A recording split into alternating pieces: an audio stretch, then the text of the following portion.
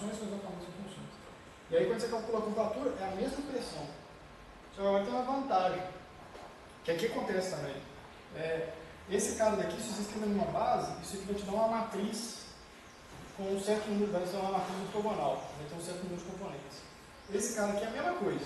Se você calcular a curvatura dele, e aí entra os comentários que eu tinha falado, se você calcular a curvatura desse cara aqui, no V, de novo você precisa calcular esse cara no certo psi, tá bom? Vai ser a mesma expressão. Eu vou apagar aqui, só para facilitar minha vida. Vai ser isso daqui, só que no lugar de...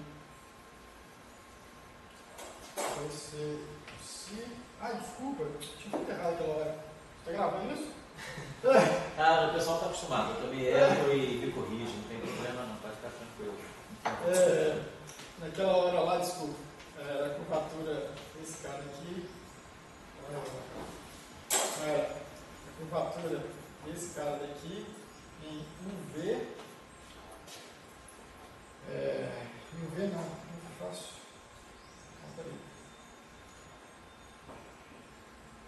isso, W, isso aqui é isso aqui, desculpa. Olha, eu derivo esse cara na direção U, depois eu derivo ele na direção V e depois eu derivo no computador dos caras. Essa diferença é diferente de zero, eu chamo de torção. A torção é quando... a torção é quando... Aí é diferente disso aqui. A torção, o que você chama de torção é isso aqui, ó. Aquela outra coisa que eu tinha escrito. Essa coisa que eu tinha escrito que era a torção. Esse cara daqui, que era a torção. Isso aqui é igual a menos isso daqui. Isso aqui é a torção.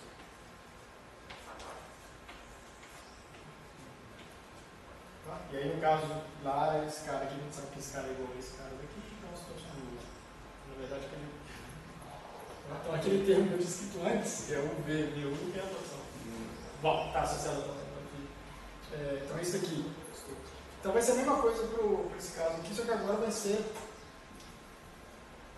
o grau de linha lá. Então ele não vai avaliar em vetores tangentes, ele vai pegar nesses caras aqui, como se fossem funções complexas. Tá? E aí você simplesmente coloca esse cara aqui. O que acontece aqui nesse caso é que por questões de dimensão, esse cara também é uma matriz ortogonal, só que é uma matriz ortogonal de dimensão 2. Esse cara, aquele outro cara ali, sim, dimensão real 2. Aquele outro caso lá é dimensão real 4. Como a gente está no caso de dimensão real 2, isso daqui só tem um elemento. Tá? E, no fundo, na verdade, tem uma coincidência que SO2 é a mesma coisa que o 1, tá? Que é a mesma coisa que o circo, com grupos de Lie, essas duas coisas por cima. Então, essa é a coincidência de dimensão. Então, tem aquelas a ver com o que você tinha comentado de SO2. Então, o que acontece é que esse cara daqui é um número, ele vai morar no dual da álgebra de Lie desse cara aqui. Tá bom? O resultado disso aqui, na resposta, o dual da álgebra de Lie desse cara aqui é simplesmente os números imaginários. Então, o valor disso daqui vai ser simplesmente um cara que pega dois vetores do espaço tangente, tá? Dois vetores tangentes aos seus eventos, e ele te devolve um número imaginário. E com esses dois vetores, te devolve um número imaginário. O curvatura está fazendo isso. Mas de novo que ela mede essa ideia de que se eu pegar, tem a fibra aqui, se eu percorrer um caminho,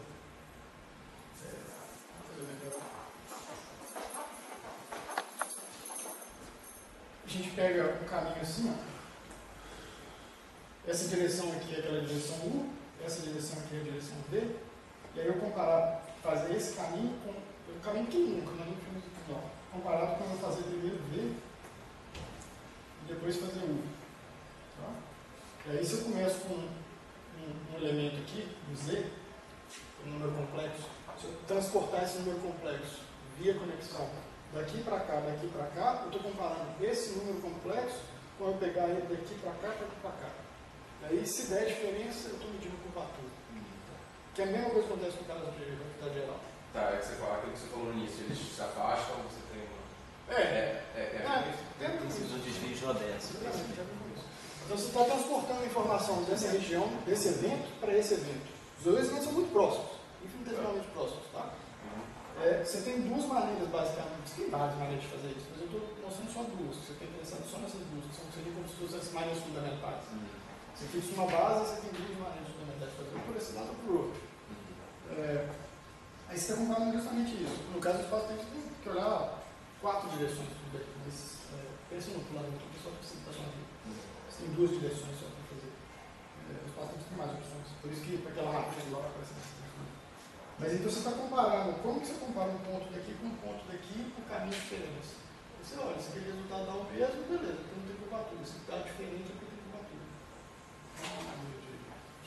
E aí a curvatura, no caso, nesse caso aqui, é isso, é um cara que come 2 vetores e resolve o número imaginário. Tá bom? Então tá, obrigado. Obrigado então, Roberto. De novo.